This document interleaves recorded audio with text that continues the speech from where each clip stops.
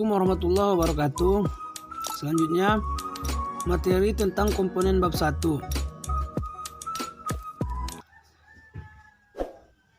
Lanjut, menganalisis isu-isu kontemporer dalam pendidikan. Isu-isu pendidikan yang berkembang di Indonesia. Yang pertama, mutu pendidikan.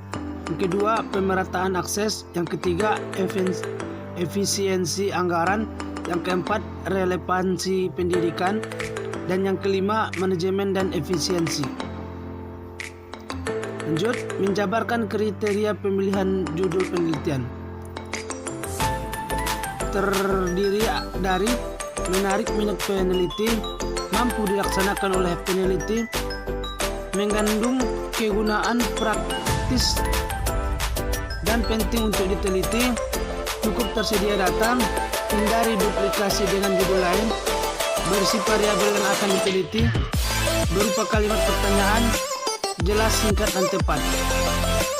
Selanjutnya, dasar-dasar menyusun latar belakang dari aspek yuridis, empiris, filosofis, dan historis. Aspek yuridis, berdasarkan peraturan yang berlaku, jadi dalam penulisan latar belakang harus mencari landasan hukum yang berlaku.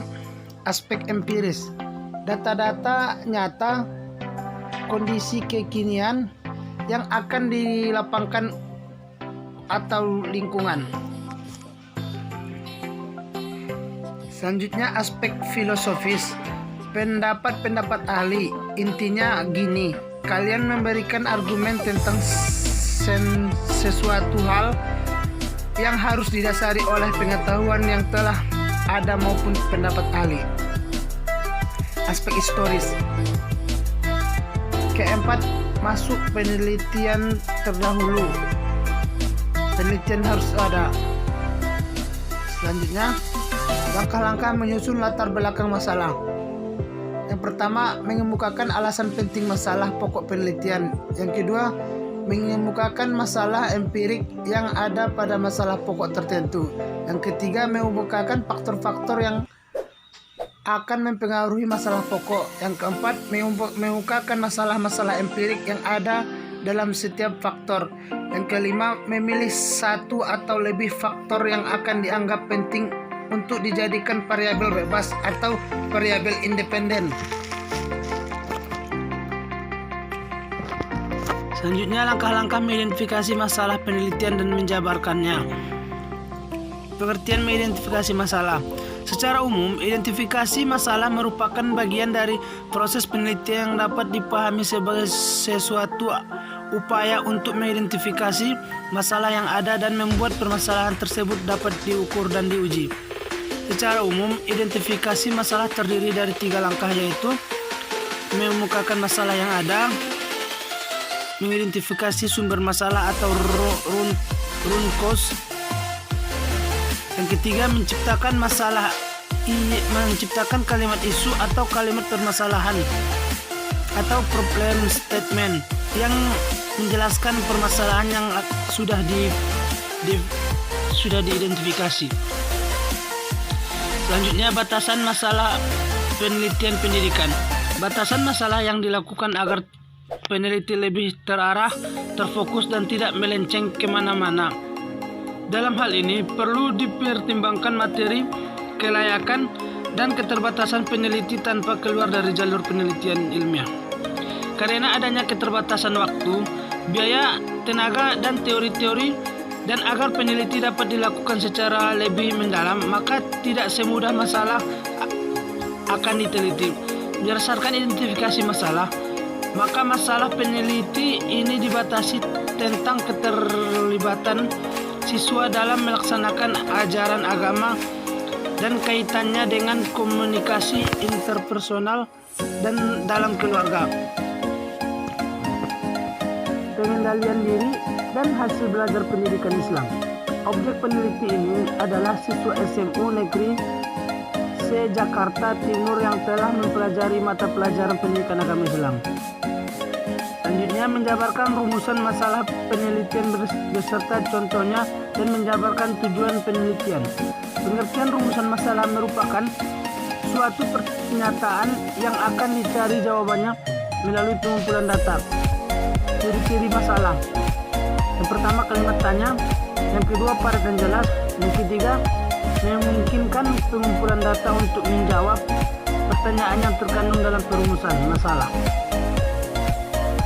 Selanjutnya, rumusan masalah dan contohnya. Yang pertama, bentuk pertanyaan.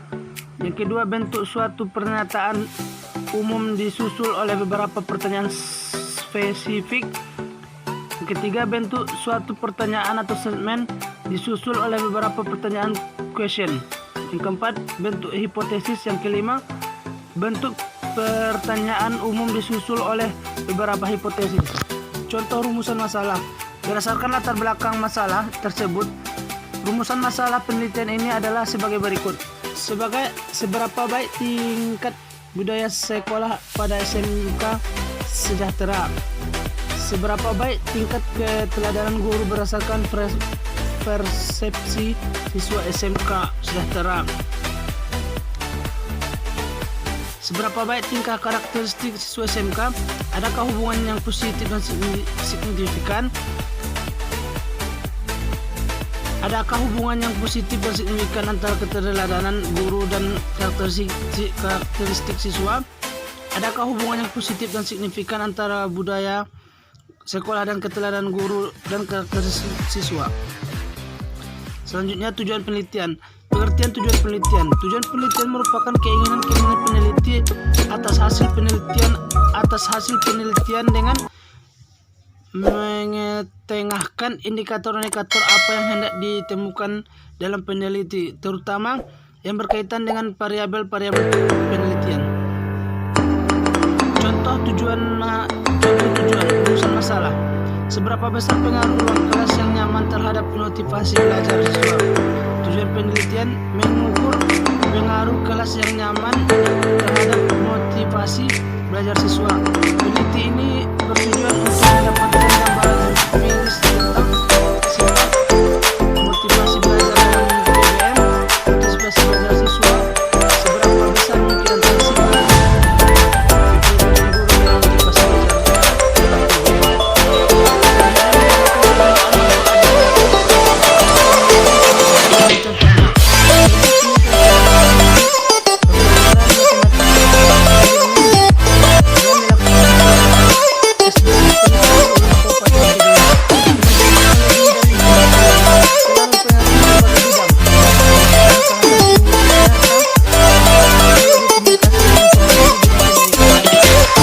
Jasa bantuan perangkat elektronika dalam pembelajaran yang sering disebut dengan e-learning. Manfaat praktis dari penelitian ini adalah: satu, bagi siswa, hasil penelitian ini diharapkan dapat menumbuhkan minat belajar mandiri dan mendorong siswa agar lebih termotivasi dalam memulai pelajaran matematika. Kedua, bagi guru, hasil penelitian ini diharapkan dapat membantu meningkatkan kreativitas dalam memaksimalkan penggunaan informasi dalam pelajaran matematika.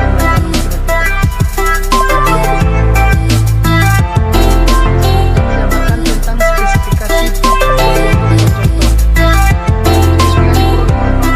Sebagian yang terperinci mengenai persyaratan jasa atau uraian yang terperinci mengenai persyaratan kualitas materi dan pekerjaan yang provider diberikan sesuai barang jasa.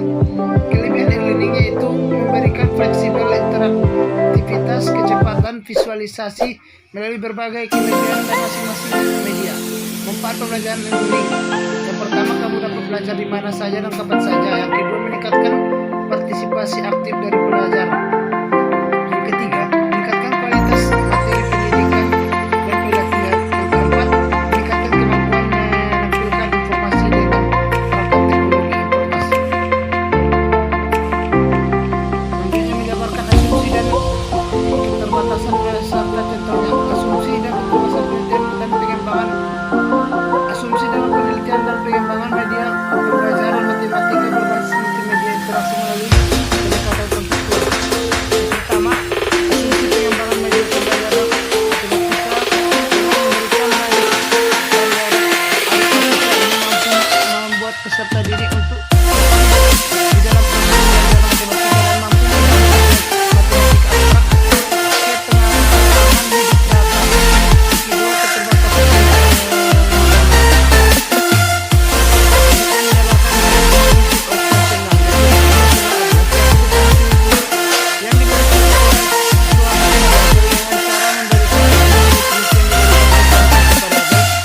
cara memberikan arti atau men's